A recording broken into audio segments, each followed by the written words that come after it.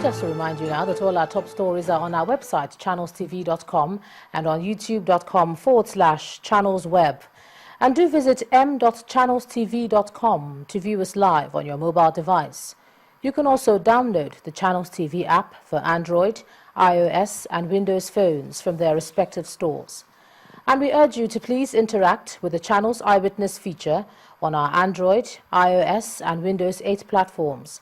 If you have pictures or videos to share with us, tap the application on your device, swipe to reveal the Eyewitness menu, and then follow the instructions. The All Progressives Congress in Lagos State has begun its statewide campaign urging all registered voters to vote for the party. Party leaders, including the APC Lagos State governorship candidate, Mr. Akinwumi Ambode, attended the rally. Mr. Ambode promised to build on the achievements of his predecessors by running a transparent government. Lagos, the commercial nerve center of the country with a population of nearly 21 million people, may be the most attractive to all the political parties ahead of the 2015 general elections. But the All Progressives Congress, APC, appears to be holding on to it. And make no mistakes, they say the party is not done yet.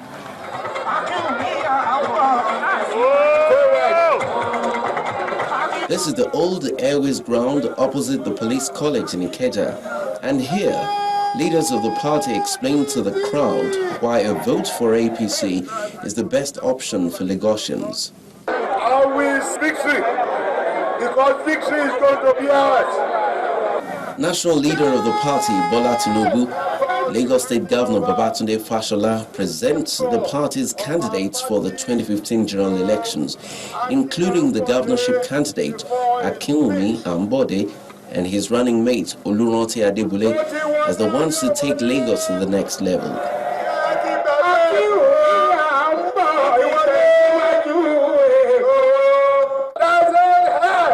Is on the way. And voluntarily, you identify that hand. Our head is here today. That head is a joy to present to you Akin Ambode, who is one of you. Akinwumi is younger than me. You need youthfulness to do this job. That man is already 60. He cannot cope with this job. Then to the man of the moment, the Lagos State APC governorship candidate. He promises to sustain the achievements recorded by his predecessors and even to do more. What do we stand for? We stand for the protection of lives and properties and the welfare of our people. That's what All Progressives Congress stands for. That is what we are going to continue to offer you. The task of convincing the electorate continues from here. Candidates are expected to take their campaign efforts to the grassroots to convince the electorate of their ability to represent them effectively. Away from politics now, the Nigerian military today dismissed Cable News Network's report on the army as another orchestrated campaign to tarnish its image. CNN had aired footage of interviews with individuals claiming to be Nigerian soldiers who say they are being frustrated in the fight against Boko Haram. But the Director of Defense Information, Major General Chris Olukolade, says the Nigerian armed forces are without doubt committed and focused on the ongoing fight against terror. General Olukolade said, quote, "The CNN interview and report is an unfortunate effort to blackmail it and smacks of an international conspiracy against Nigeria's national security," end of quote. The defense chief then reassured Nigerians that the soldiers are working round the clock to end the insurgency in the northeast.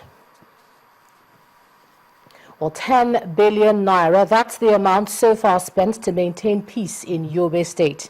The state governor, Ibrahim Gaidam, told journalists in Yobe today that his administration has been playing a supportive role in meeting the logistics and other needs of security forces since 2011. Areas of support, according to the governor, include procurement of vehicles, payment of allowances, and medical treatment for injured civilians and soldiers. Staying with security, Chad says that it's ready to actively help Cameroon fight Boko Haram militants attacking it from Nigeria, and is asking other countries in the region to translate pledges of support into concrete action. Chad's offer comes days after an appeal by Cameroon's President Paul Biya for international military help to fight the Islamist militant group that seized swathes of northern Nigeria and is threatening neighbors who share borders with the northeastern zones occupied by Boko Haram. Recently, the Chadian government withdrew its troops from the multinational force in Baga, Borno State, days before the Boko Haram attack there, and several houses were burnt and many people were killed. While Amnesty International put the death toll at over 2,000, the military says about 150 people were killed. Now, relief items worth 40 million naira have been donated to internally displaced persons in Maiduguri, northeast Nigeria, by wives of the 19 northern governors. The wife of the Benue State Governor, Mrs. Yemisi Soswam, who led the group to Borno State, said the gesture is to provide succor to Nigerians who've suffered from the activities of the insurgents. She appealed to the governor of Borno not to be deterred by the incessant attacks, but to focus on how to improve the lives of his people. Wives of governors of the 19 northern states at the Government House Maiduguri to commiserate with the people of Borno State who have been affected by insecurity in the state.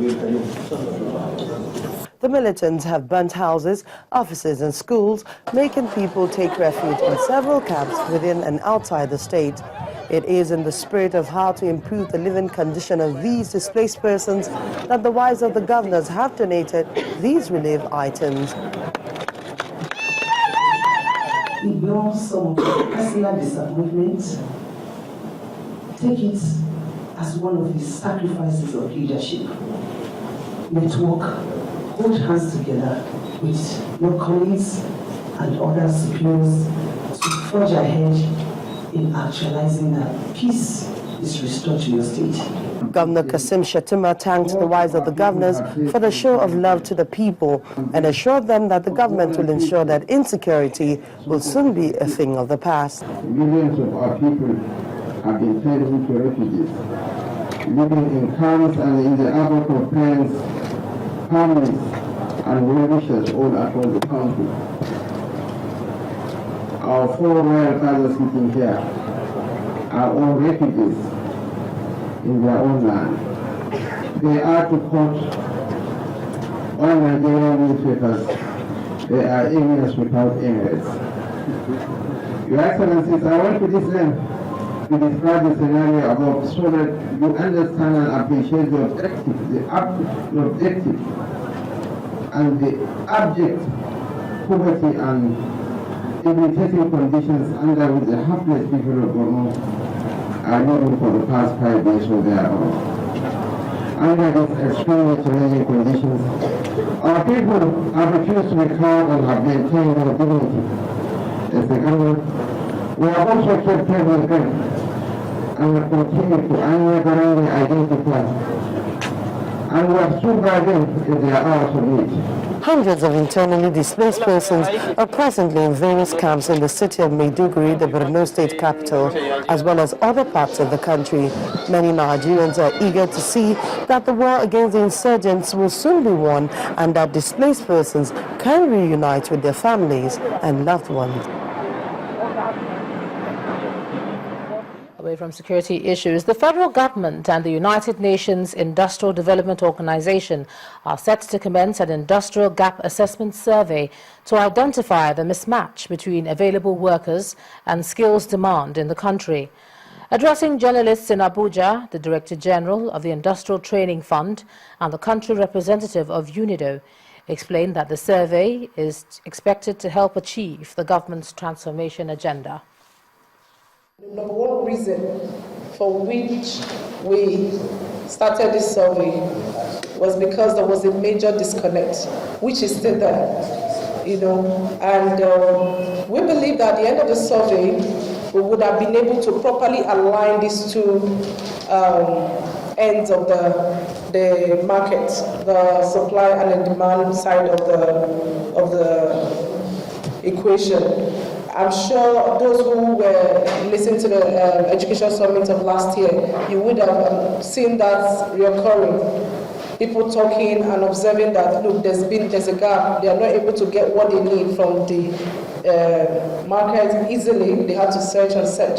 So what we want to do is make it easier for them and properly align the two sides. When you ask them to rank, what are their major problems? Some people say it is power, followed by finance, and thereafter the most important is the skills. For instance, they say we sometimes look for people in the shipping industry and we don't find them. We have no alternative but to bring foreigners on board. Those are jobs that Nigerians are supposed to be engaged in.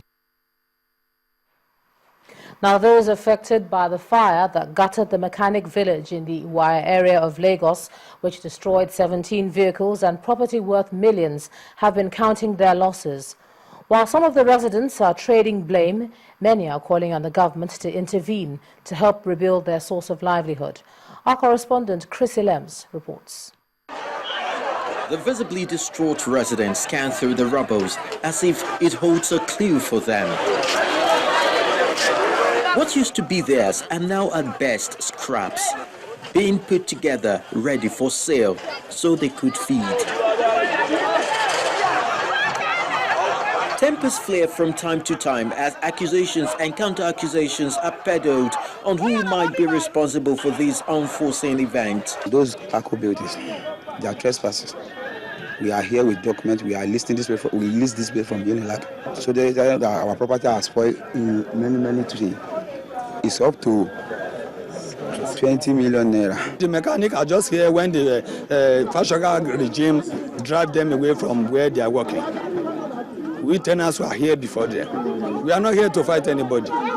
We just want anything that government can do for us for assistance. We also gathered that just a day before the fire outbreak, that one prince had threatened to eject the occupants by all means possible. And now, some hold him responsible for the inferno. Prince, you hear me? Say, he talk about on Saturday or no. Say the day he talk, say, if you no come out there, then go come out by force. Now, that second day, now the fire come happen here. Though no life was lost, but the turn of event for those affected by this fire outbreak is better left to be imagined. Fire don't burn everywhere, property finish. So our children with our load, all this load don't burn finish. We don't see anywhere to sleep. Inside Feco we are sleeping. We don't have anywhere to go now. There is a field there, so we will go there. And there is this thing they gave us before, nets. We put it around us and put coil. We now sleep. With no place to lay their heads, some just seated, probably seeking for an answer to their predicament. I'm here to look at the damage and to what extent the damage is and whatever the local council will do for them. But on behalf of the residents here, we will write to the appropriate authorities. The fire service say, but for their quick intervention, the damage would have been astronomical. When we talk of shanty buildings and mechanical yards, fire outbreak, it usually burns rapidly. That's why I deploy 3 fire trucks immediately. And we did all we could do to safeguard the surrounding buildings, in order not to spread to those buildings there.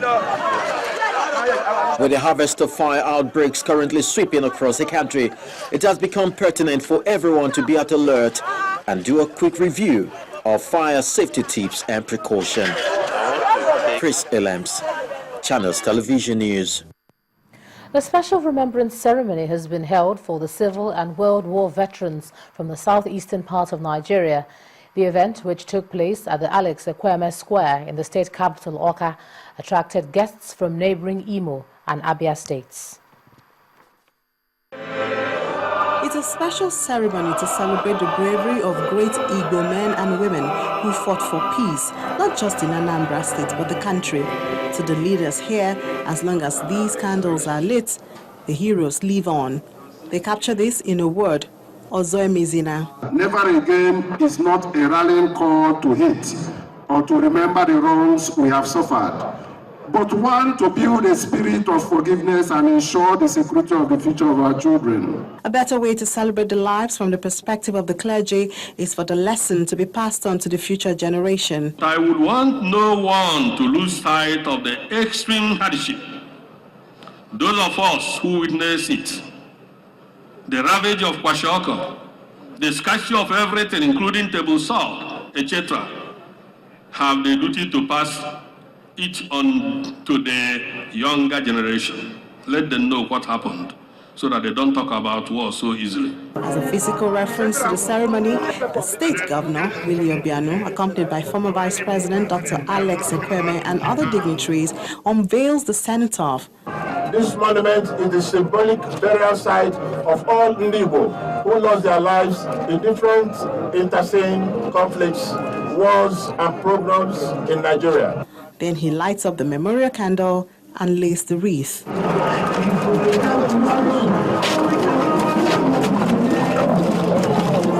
The message of unity, which resounded all through the event, was also preached in the display of the Igbo culture by different parts of the state. When the news at 10 returns, Transit Support Services Limited, in partnership with Anambra Motor Manufacturing Company, rolls out the maiden units of locally assembled trucks. That's on Business News.